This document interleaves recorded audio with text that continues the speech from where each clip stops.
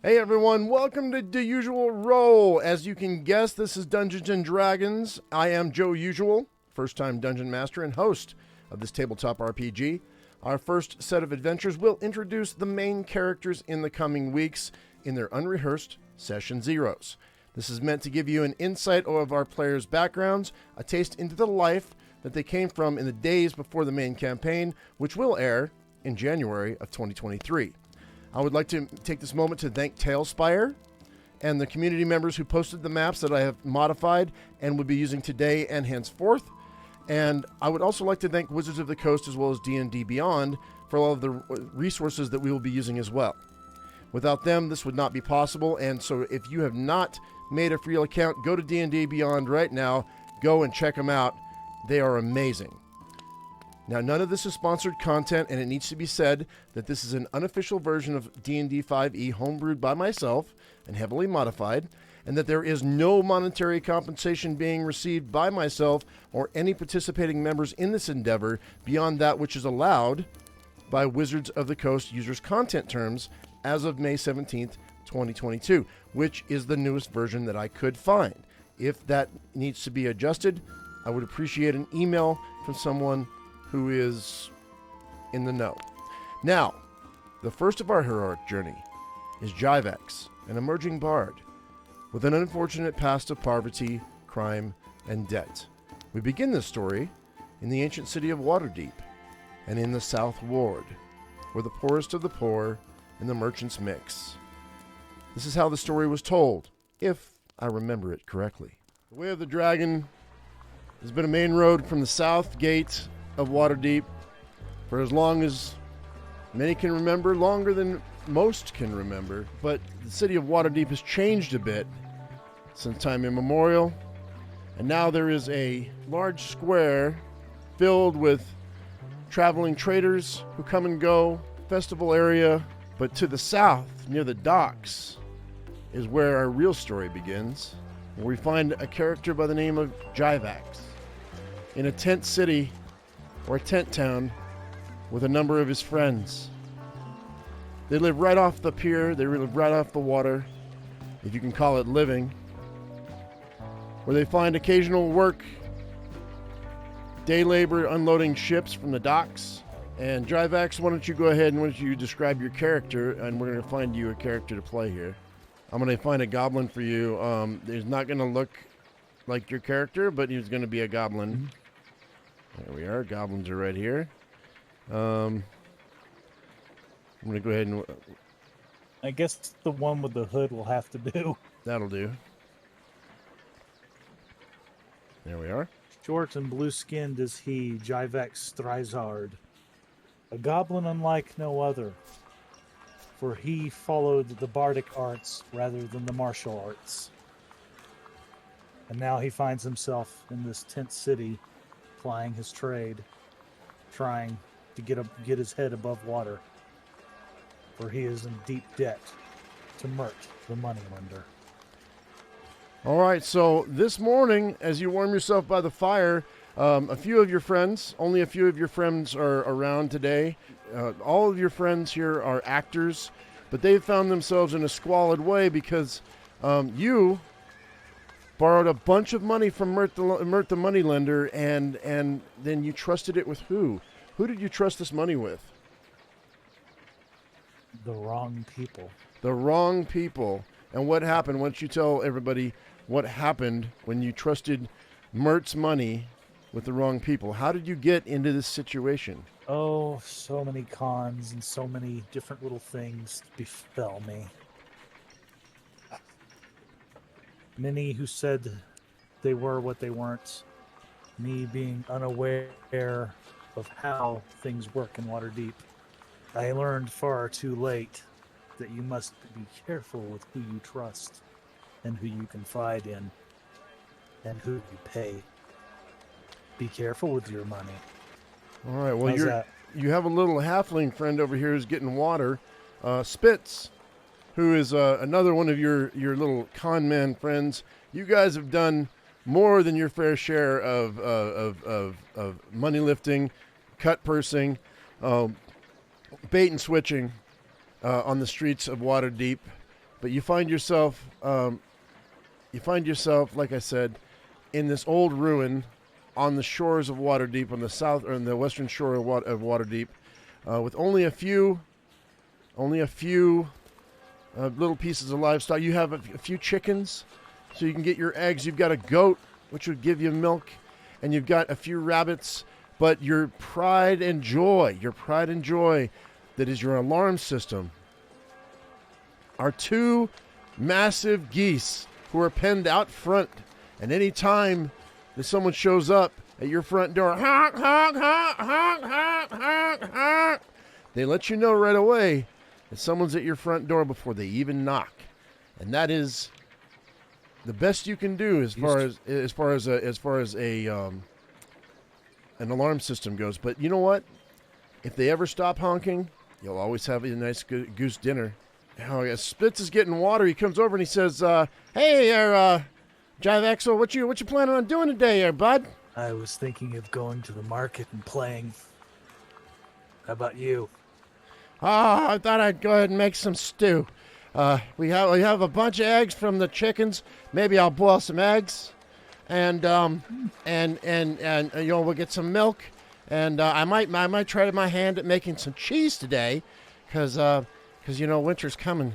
It's coming soon, and we kind of need to get our stores together. If you happen to come across any old bread, I could throw in the pot in the water. I can make some bread soup.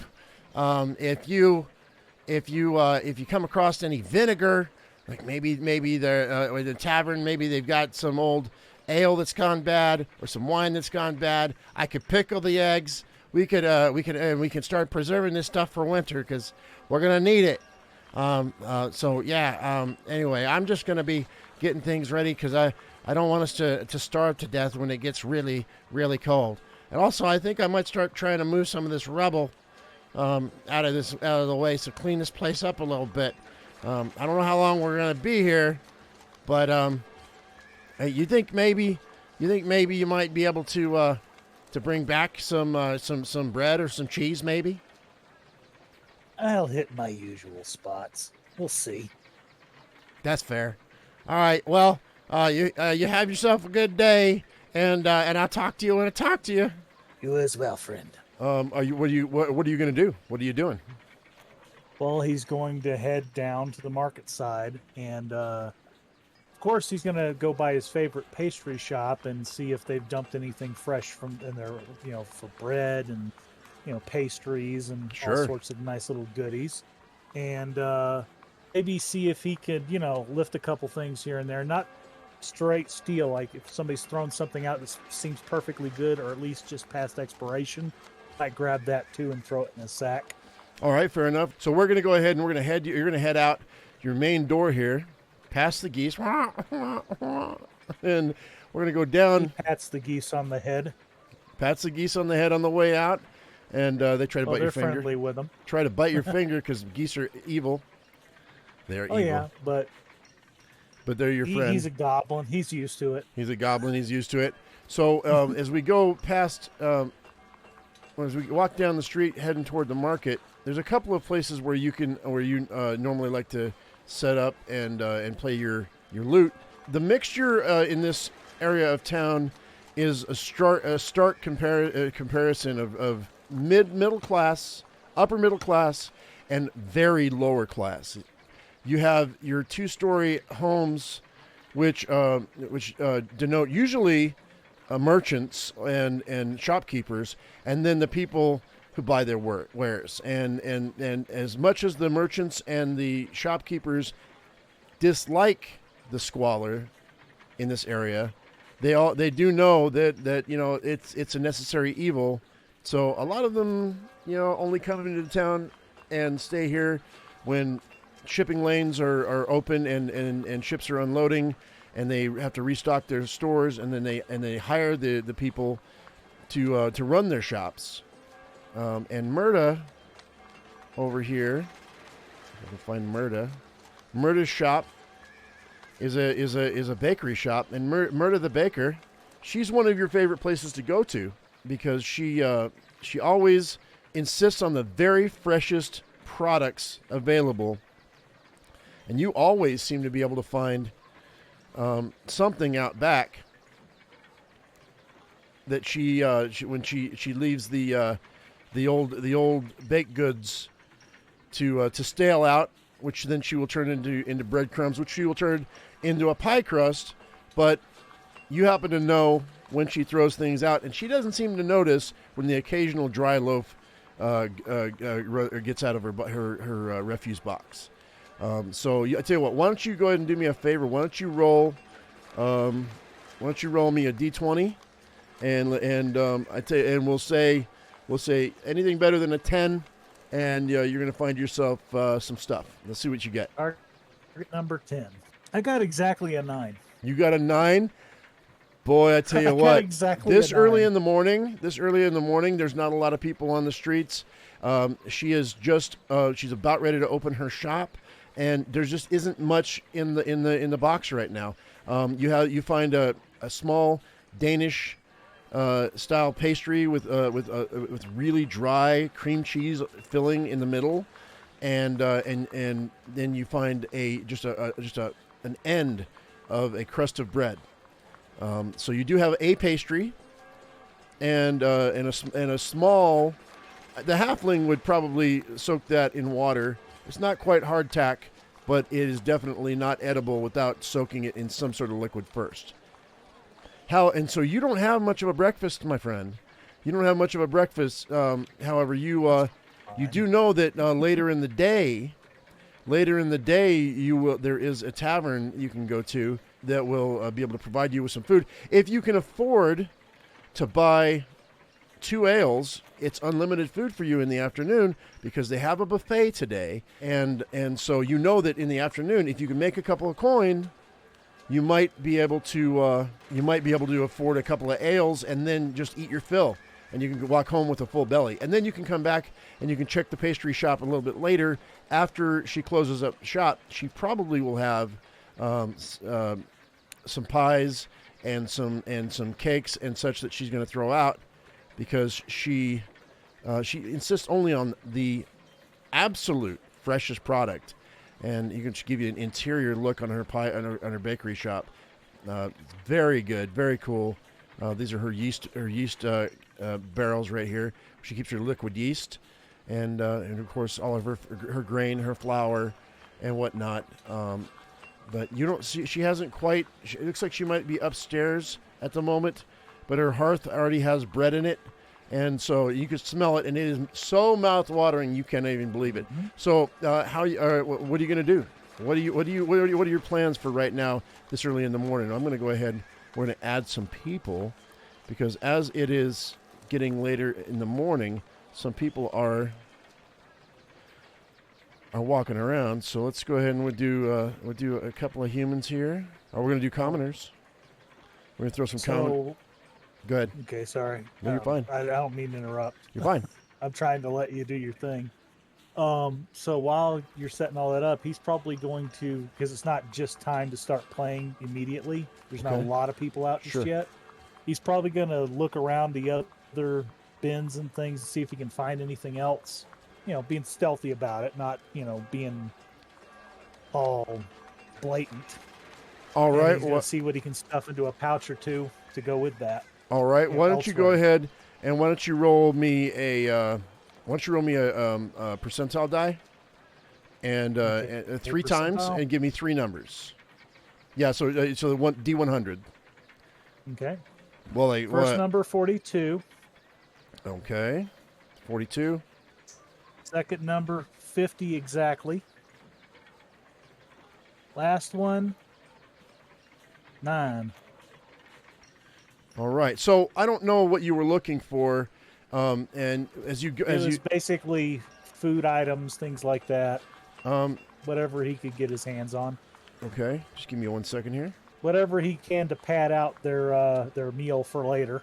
I mean, he'll still eat at the bar later, but and heck, you never know. You might find a coin or 2 laying around. Well, interesting enough, right in the first, as you're walking around in the first barrel of this odd shop, You found a bone spoon. It's actually fairly well crafted, but it looks like it's got a chip on the handle, and when they threw it away, it's obvious that it was one of the merchants or one of the richer people that can afford to just throw away a chipped bone spoon. And as you come over to the tavern right here, that you're Pockets it. Yeah, that's great. So this is the tavern that this is one of the taverns that you frequent right here. It's a Meaty Griffin. The Meaty Griffin is always throwing out stuff because it's strange. With all this poorness, people throw away stuff all the time. You do find a like a mealy pretzel. It's like a really hard pretzel, and it's just grainy. It's like it's like it wasn't quite good enough, and somebody just chucked it off to the side. You pick that up. It's a little bread. It's almost the size of your hand. It's a big fat pretzel with lots of granular salt on it. If nothing else, you can scrape off the salt, put it in a bag. It's not a lot of salt, but it might season something later on down the road. I don't know if you want to keep that pretzel. It's really, really old though. So he's eating worse. And sitting on a table, a couple of patrons leave, and you're surprised that they left a nice fat wedge of sharp cheddar cheese. They left a sharp wedge of sharp cheddar cheese. Cheddar's going right in the pouch. That is the best find you could have hoped for this early in the morning. Oh, and also there's a half bowl of unfinished oatmeal.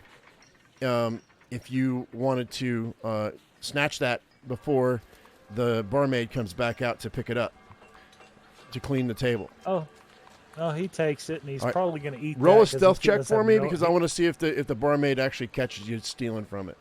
Because it's their bowl. I rolled a 17. 17, not bad. You went ahead and you're fast enough, you're small enough, you're wily enough. You were able to just take and scoop your hand inside the bowl, and now you have 2 handfuls of this really thick oatmeal, and you can smell it. It's flavored with cream. There's a couple of blueberries in there.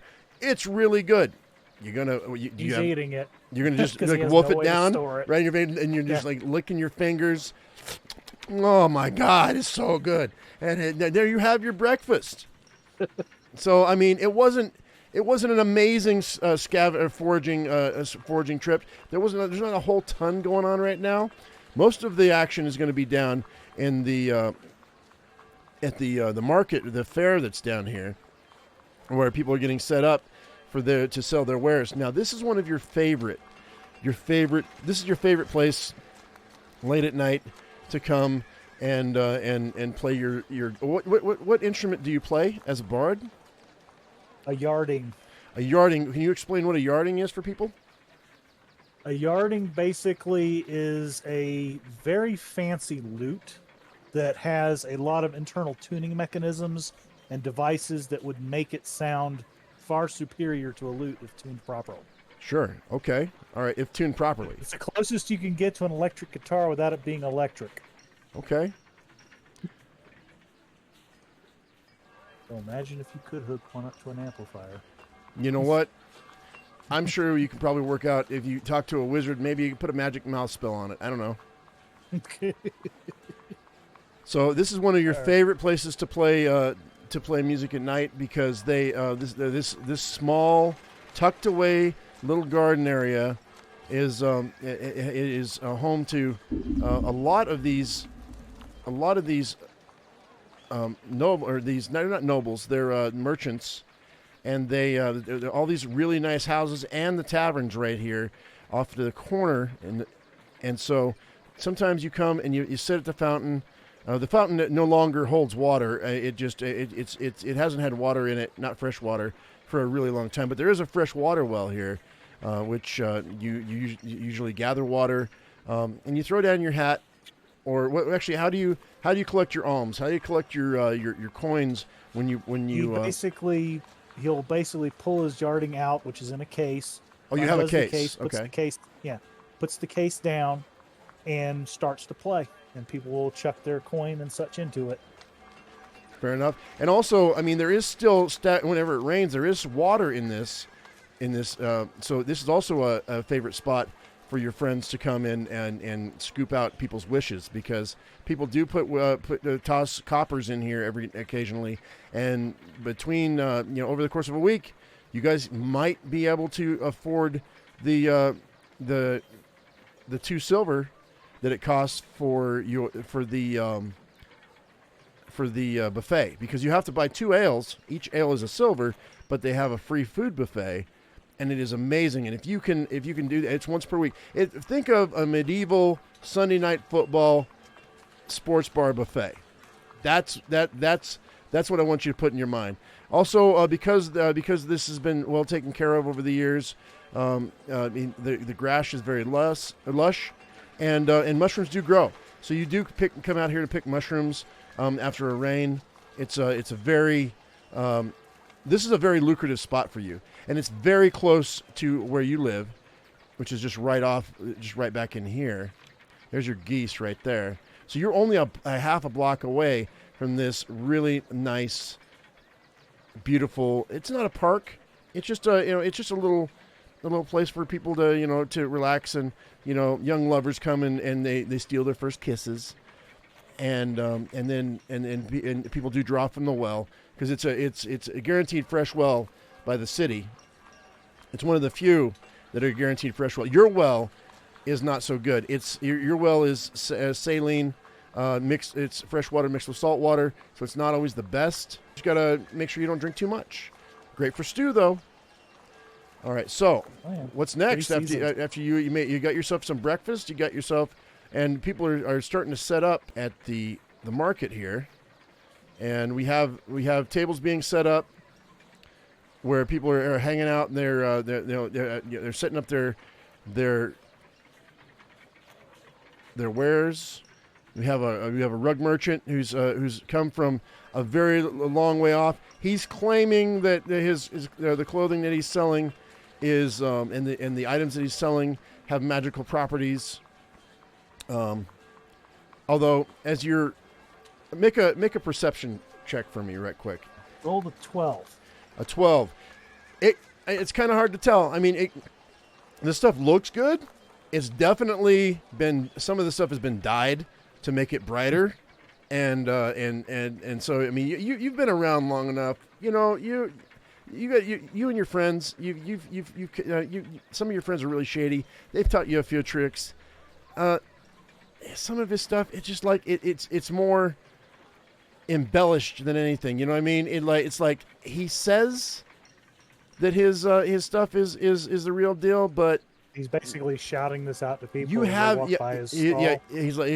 like, come one and all, magic potions, magic powders, scrolls to ease your ills, wonderful clothing, magic carpets. Maybe they'll fly, maybe they won't. You don't know. When you find the magic word, perhaps it will float you above the city. He's making a lot of like half promises that won't get him into too much trouble if they don't come to pass. But so I mean, it looks good, but just like a lot of the things in the city, it's like it's like filigree, it's like embossed, but it's not really all that great. Jivex just kind of says to himself, like, I've seen people get stabbed for this. Keeps going. He keeps going. Right on. He keeps going because he's seen people get stabbed for less. That's fair. And also right here you have we have some casks that are being unloaded. As you walk by, you can smell rum, you can smell wine, you can smell a little vinegar. So it's probably been on the ship for a minute. So some of that stuff might have turned, but it looks like this might be a wine vendor that's going to be opening up later in the day. Regardless. Even if it's turned, they're going to sell it regardless. I mean, anything for a profit. This is Waterdeep. Yep. And then also here, as long as the alcohol gets them messed up, they don't care. It's true. And then right here we have you see in the center is going to be the big attraction this afternoon or maybe this evening. You're not really sure. It's a Bardo that is an actual puppet show. There's going to be a puppet show later on that maybe might be entertaining, but it's mostly for kids. So I mean you're not so interested. Maybe you got better things to do than to watch a marionette show that talks about Waterdeep and how it used to be great. Now it's not so great. I mean, maybe might be something to check out later on if you want. Jivex wasn't around for the great time, so. Of course, we do have the fresh produce market vendor, who your mouth is watering just looking at these potatoes, these cabbages, the tomatoes, the carrots, the peas, blueberries, peaches, just all the things, because it is fall. Hi, hello there. We have fresh produce, only the freshest vegetables and fruits. Also, we have fodder for your animals. Do you have a cow? Do you have a goat? Do you have a horse? Do you need bedding for yourself? If you're really poor, for 3 silver alone, you can have a bale of hay. 2 copper for a bag of potatoes. 2 copper for a cabbage, and 1 silver for a huge batch of blueberries. And she just keeps We'll come back to you later. Keeps hawking. And so the one thing that really is catching your eye, because there's an individual out here, and he's got a war pick. He is dressed in furs because he's come off the mountain, and he's like, "Hey there, Goblin! Why don't you step inside the tent if you got the coin? I have axes, I have swords, I have daggers. I forged them with my own hand from the mountaintop." Well, that's cool. And as you go in and you kind of side watching him from the side, because that war pick does not look like something you want to be on the wrong side of. Nope. This guy is. But my guy's going to be polite and say that's just cool. And you can see the beads of sweat on his forehead. Why is this guy wearing furs down here on the beach? It's obviously not comfortable for him, but he came off the mountain just a minute ago. He set up his tent, and he is a weapons vendor, and he has armor. He has swords, axes, hammers, daggers, shields. I mean, all kinds of. Pretty much, this is probably the best thing you've seen in this market this morning so far. And pretty much. And just and he comes in to watch you just to make sure you're not going to steal anything. But this is well-made stuff. It's not really. It doesn't really scream magic to you, but pretty much if you wanted any type of weapon, he could probably. If he doesn't have it, he could probably get it to you fairly quickly. Unfortunately, Jivex is quite broke, so... Right, so how much money do you have, just... Jivex? I think he has about 5 gold pieces, and that's 5 about gold it. pieces is not bad, because you've been saving up. You've been saving up, and now you've been walking around the market here for 5 dragons. That's 5 dragons. 5 dragons, which are every dragon is a gold piece, and so people are starting to come in, and there's some of these. It looks like they're waiting on this marionette or this puppet show, but and you can hear the kids playing in the background, but you're not seeing any children quite yet. Looks like the parents are sitting here, and they might just be holding places for their kids or whatnot. So, and now I think it's probably pretty close to, like, I don't know, 10, 11 o'clock or whatever. What do you want to do?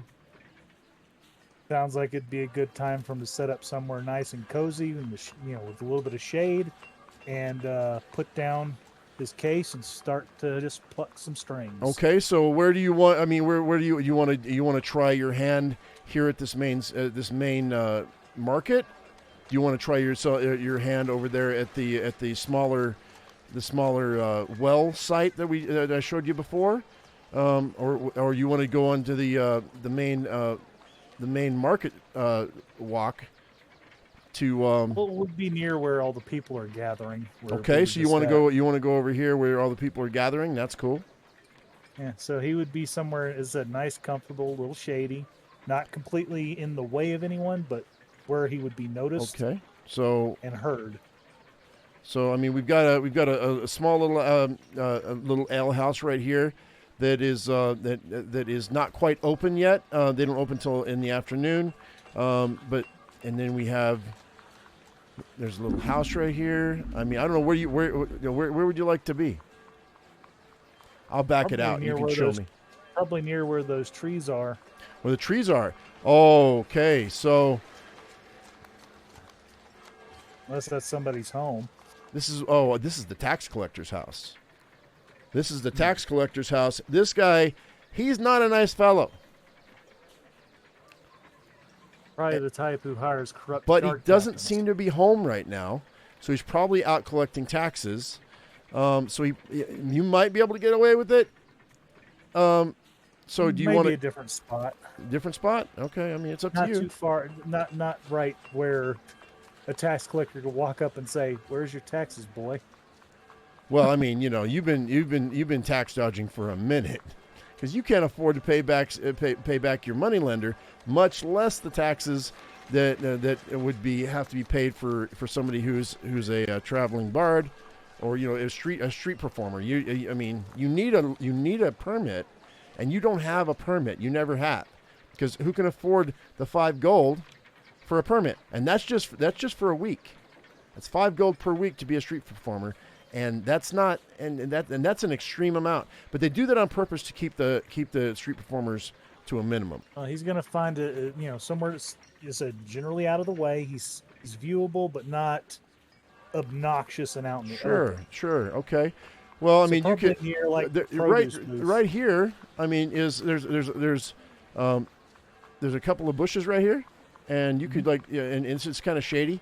You can set yourself up right here to play, and put your hat out. We can put you if that's where you wanted to be. I don't know where you want to be. You got to make a choice. You tell me. That sounds like a good spot. Okay. Right there. All right. Well, so you sit in the shade of the trees and you break out your loot, or it's not a loot, but and you're botting and you start to play. It says cases out in front of him, ready to collect coin if anybody walks by and decides they want to, pay for his services. And if they throw down, he ramps up the performance a little bit more. You do a performance roll?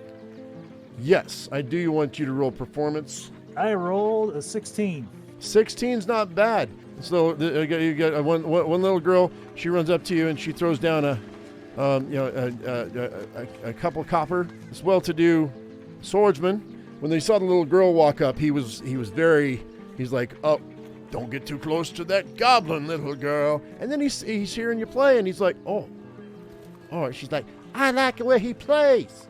I like the way he plays. Leave me alone. Of course, man. when the coin hit his case, the complexity of the melody went up in style and quality as well. Fair enough. And so Should I roll again? Yeah, I'll go ahead and roll.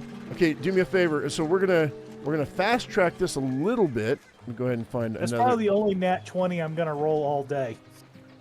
Was it a natural? He natural really 20? liked. Yeah, so he's like he must have really liked the coin being thrown down, because now he's probably at the top of his ability, just playing his heart out. Okay, well in that case, depending on what you rolled, I was gonna tell you to roll.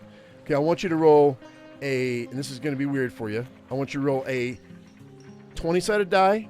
I want you to roll a 10-sided die, and then I want you to roll a 4-sided dice, if you will, Okie please. dokie smoky. So give me those in order: 20, 10, and 4. Well, I rolled a 10, a 6, and a 1. Okay, so you have 1 gold, Yep. 6 silver, and 10 copper is what you pulled out. I said 1, 6, and 10, right? So basically one gold, 7 silver is what you got. If that was right. Were those your rolls? 1, 6, 10? Yeah. 1, 6, 10. Well, it was 10, 6, 1. 10 was because the 20-sided dice was your copper. Yeah, 10, 6, Your 1. your 10-sided dice was how many silver you got, and of course the gold, which was amazing. The knight, you remember his name is Al. You can't remember if it's Alfred or Alan, but you call him Al. He comes by back and forth just to make sure that nobody accosts the people buying stuff. And he seems like a decent fella, but he still always keeps an eye on you, because maybe he's not as open-minded as some of the other people that are around here, and you are a goblin, and goblin skirmishes are not unknown out in the wild. So he doesn't accost you, but he respects you for what you're doing and gets it. So yeah, you did really, really well. And it's getting later in the afternoon right now, and you've been playing for about 3 or 4 hours. So what do you want to do? What's your next step? Well, now the You're buffet getting kinda should hungry. be open. Yeah, the buffet should be open. So he's going to go and probably get his 2 bits of ale and have himself a nice lunch. Maybe pocket a little extra for taking with him for his friend. Fair enough. All right, so you want to go to the tavern then? Yep, I'm trying to get this to minimize. There we go. I was updating currency while you were talking. No worries. How much gold do you have right now? How much money you got right now? I'm just curious. Doesn't really matter. Well, 6 gold, 6 silver, and 10 copper. That's what you said, right? 10 I copper, heard 6 that right. silver, 1 gold. Yeah, but that's how much she's got total Well, how much? after adding it all. 6 gold, 6 silver, 10 copper. Not bad. And 10 copper would equal 1 silver. 10 silver Yep. equals 1 gold. So you want to, you can keep it however you want. Do me a favor. Roll me a 3 percentile die. It's 3 100 dies. Because people were throwing stuff in your case. You got a couple of weird things that were just weird things. Okay, first roll is 67. Okay. Second roll is 74. Third roll, 92. Okay. The weirdest things, man. One person, they reached in their pocket, they kind of shrugged, and they were like, I don't have any. And she throws a candle, a pink candle, into your case. It's about half burnt down, but it's a candle, and you know what? It's useful for light. Might be useful for heat.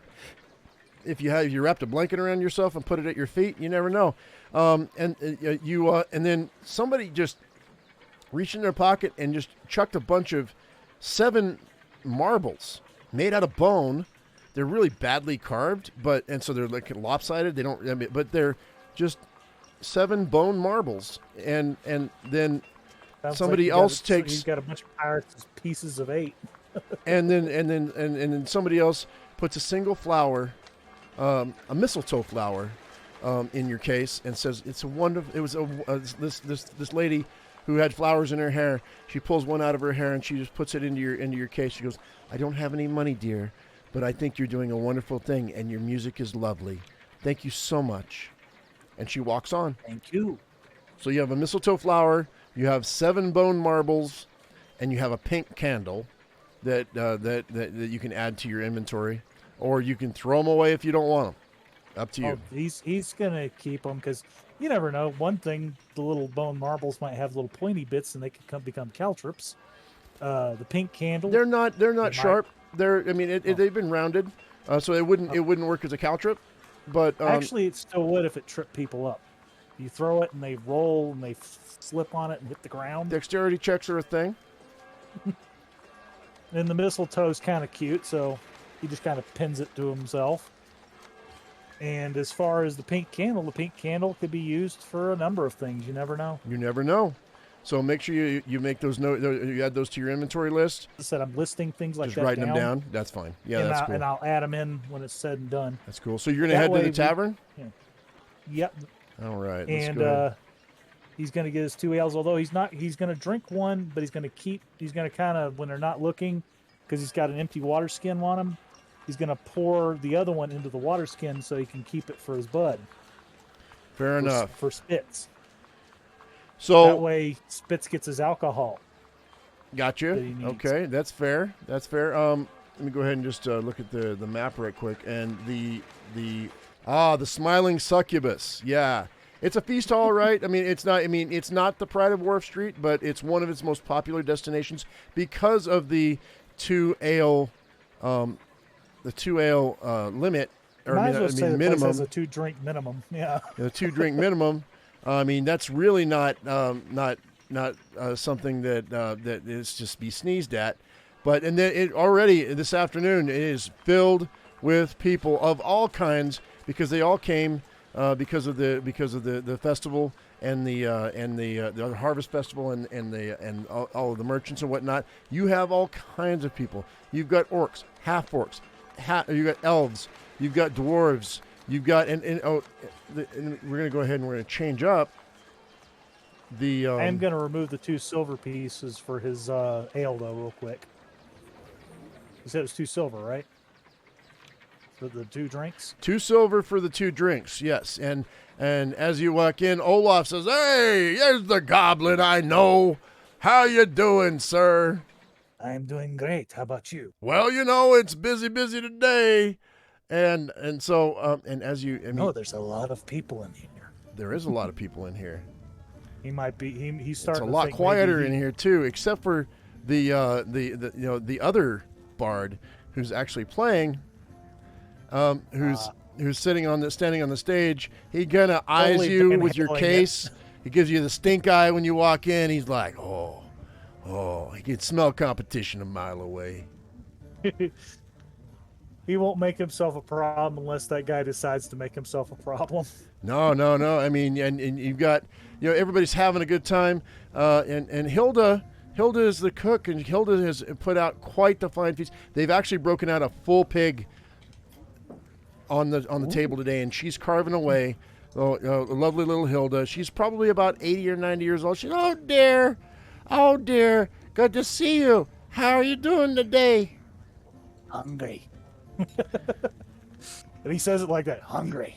And she's like, oh, please, and she hands you a big wooden bowl with a big wooden spoon. She's like, and she rushes over to the pig, and she starts carving off slices because you've got both tankards in your hand.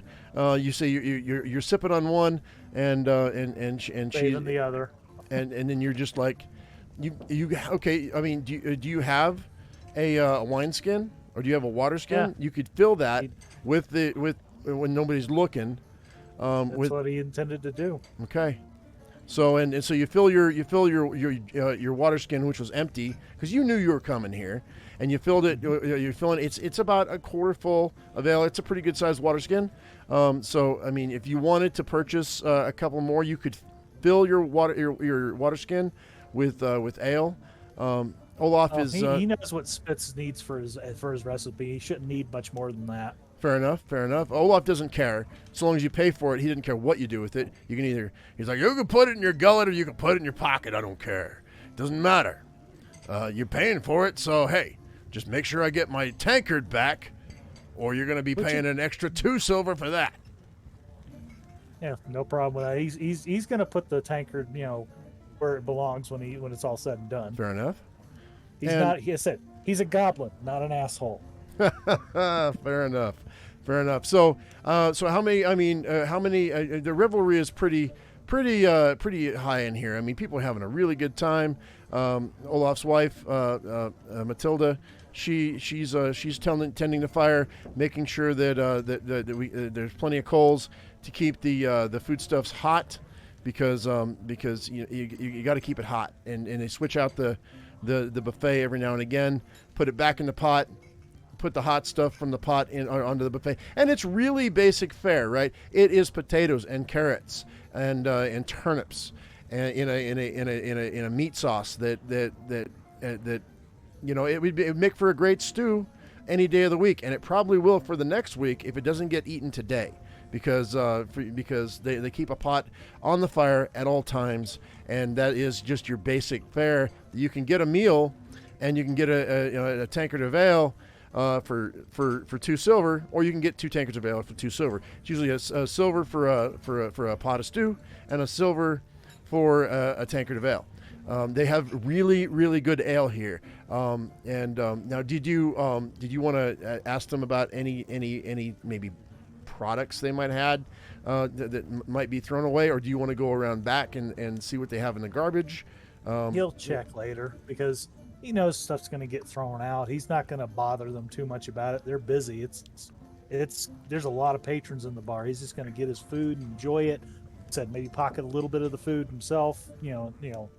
So they can bring it to Spitz for further meal purposes. Roll a sleight of hand check for me for the food.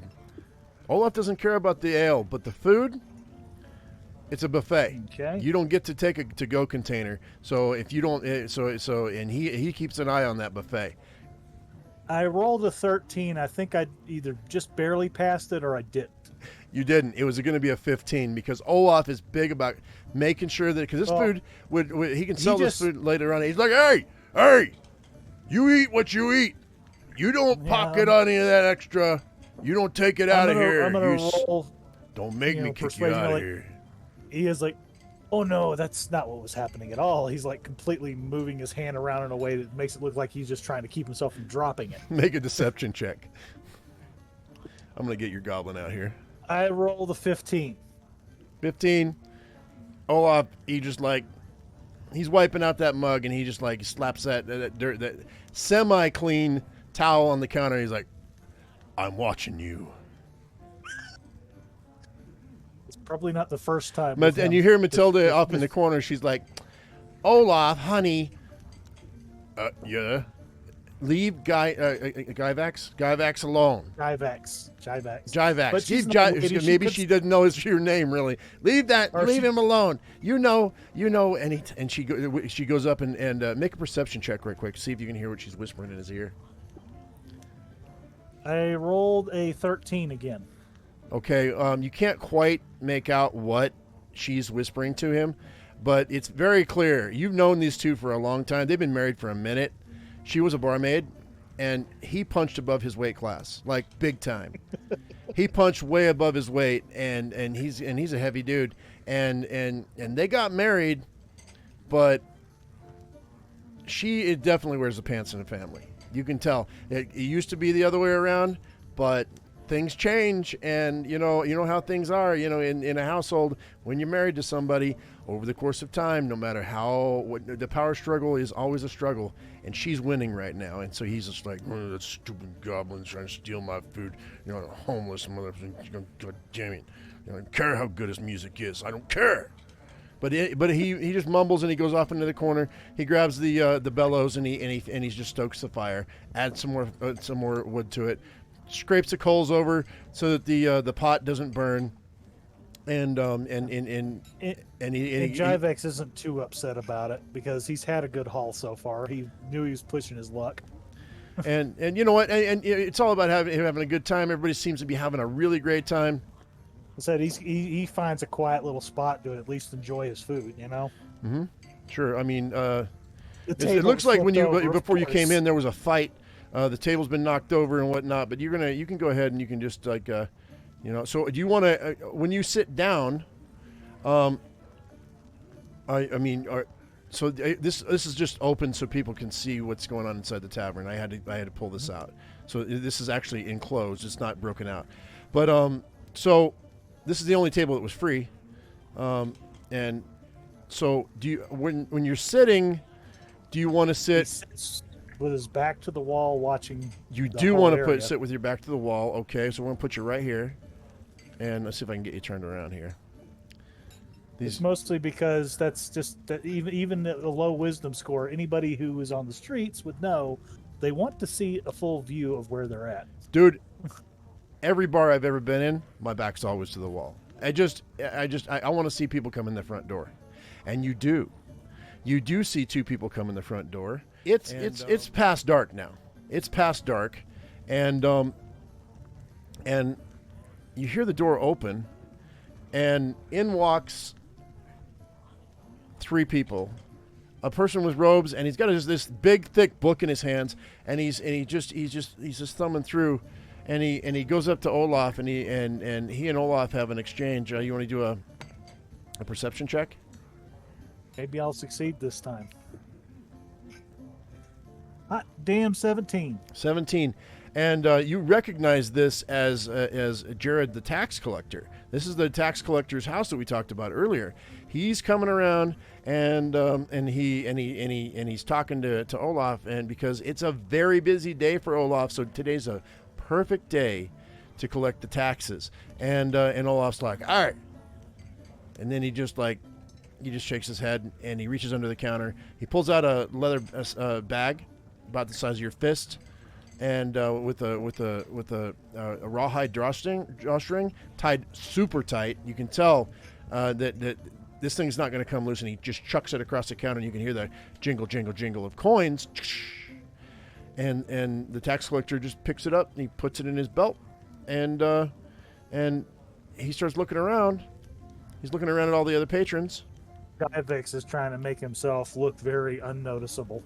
And so I probably should roll a stealth check, right? yes, roll a stealth check with disadvantage, because this is a very small area, and he's looking. He's looking for other people that owe money, and you're one of the people that might owe money. Okay, I had a 15 and a 16. What's that matter? So a 15, and he sees you. He does, because an 18 would have been the DC for that, because it would have been extremely hard to hide, even as small as you are as a goblin. In this tavern, he recognizes you. You're a well-known musician, a street musician. It's not like, I mean, and this is not that big of an area, and he's only concerned with the south part of Waterdeep, and so he knows everybody, and everybody knows everybody. And this is not quite Cheers. This is not quite the bar Cheers, but everybody knows your name.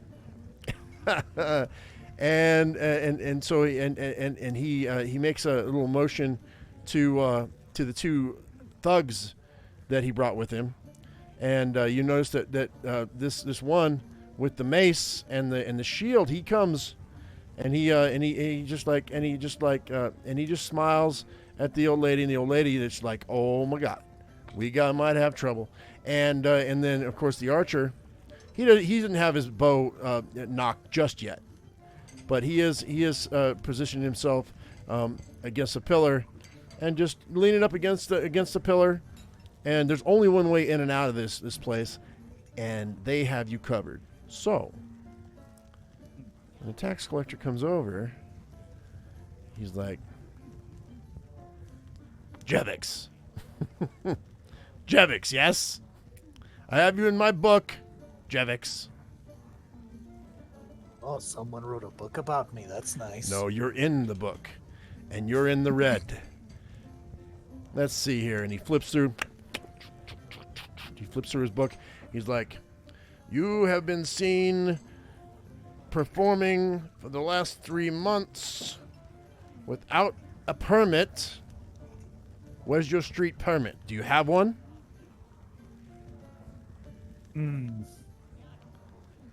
Trying to think. Oh, go ahead. I'm just trying to think. I'm going to let you do your thing. This one.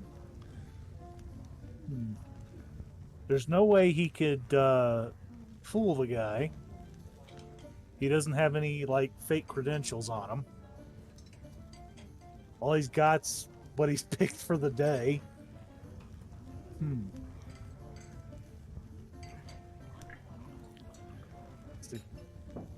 And how much do I owe? Well, 5 gold per week for the last 3 weeks, 15 gold. And then, of course, there's the matter of Mert the moneylender. Mert has you on my books as well. And you know how Mert can be. Now, I told Mert I would get him his money as soon as I was able. Yes, unfortunately, he's calling this note due. You owe him an exceedingly large amount. Now, if it was just the street performer permits, I might be willing to look the other way until you could bring me the permit. You go home, come back. But, unfortunately, and you see these, and he kind of waves, he kind of nods his head to the side. It's you almost think like it's like a nervous tick, but you realize that it is actually him telling his people to move in, and the archer and Mr. Mace over here, Mace Windu. This guy, he, they close in on you, and they've got you trapped in a corner, buddy. And they're not. I mean, they're obviously. And Olaf's like, hey, you know what? Now you want to take this stuff outside.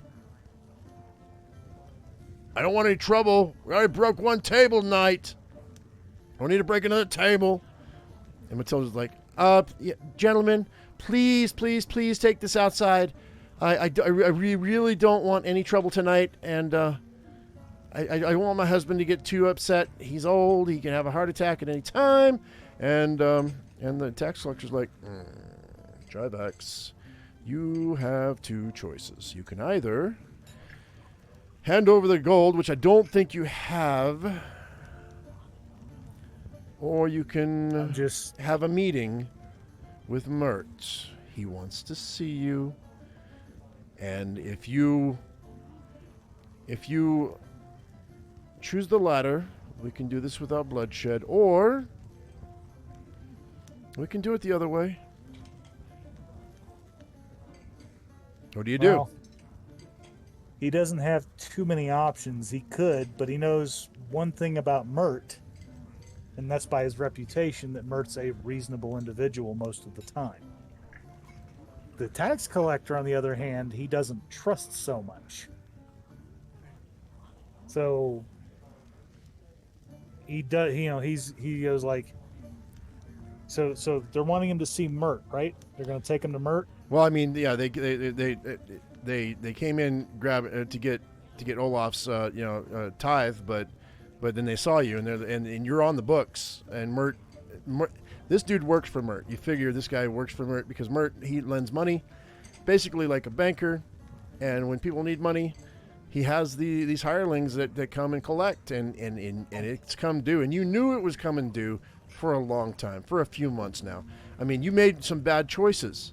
I mean, with your friends. I mean, your friends took that money and they ran, and you don't have the how much was it?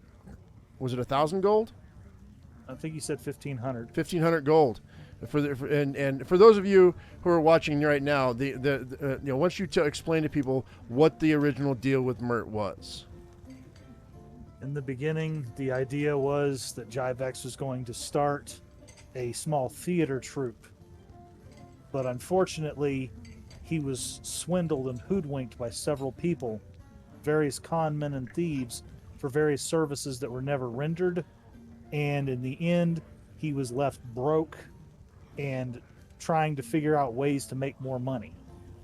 And it's been a slow process being a street performer in a town that charges you to be a street performer. That's exactly it. It's a system, and the man always puts their foot down on top of the necks of the small, and you are about as small as it gets because you are a goblin. And as much as they say they accept you, as much as they say they love what you do, you're still a goblin. And it's really hard, even when they say, oh, no, it's not, but when it really is. So, Jivex, what are you going to do? It's like, I suppose I will go see Mert. That's probably the wisest choice. And he waves, and he closes his book, and he just gives a little hand wave to both of the lackeys, and they lower their weapons. Their weapons are at the ready, but they're going to escort you out of the tavern at the moment. You still have a half uneaten plate of food. Do you want to do anything with that? He kind of, well, he already got caught, but I mean, would it matter if he scooped it in now? I think you might be able to get away with a ration's worth of stew. If you want to put that in your inventory. I think that I don't. I mean, you can pull out one of your pouches and just like scoop it into the pouch. It's going to soak through the leather in a few hours. But hey, you know what? Yeah, he's got one unused pouch, so. Okay, so you just take the bowl and you open the pouch. And you're just like, and you just pour the stew into it. He mouths, oh, sorry. I was gonna say he's gonna mouth to the bartender. Sorry. Hey, just go. Olaf is just like, and Matilda's like, yes, please. Jivex, you're always welcome. Maybe we can have you perform one night. And Olaf's like, what? I got. She and he just looks at her and she gives him the eye, and Olaf's just like, no, yes, dear, and so as you he's gonna do one more thing as he's exiting. He's just gonna wave to her and he's basically gonna put everybody at ease, saying, making it seem like he's not gonna be harmed. He's just gonna go, I will see you all very soon.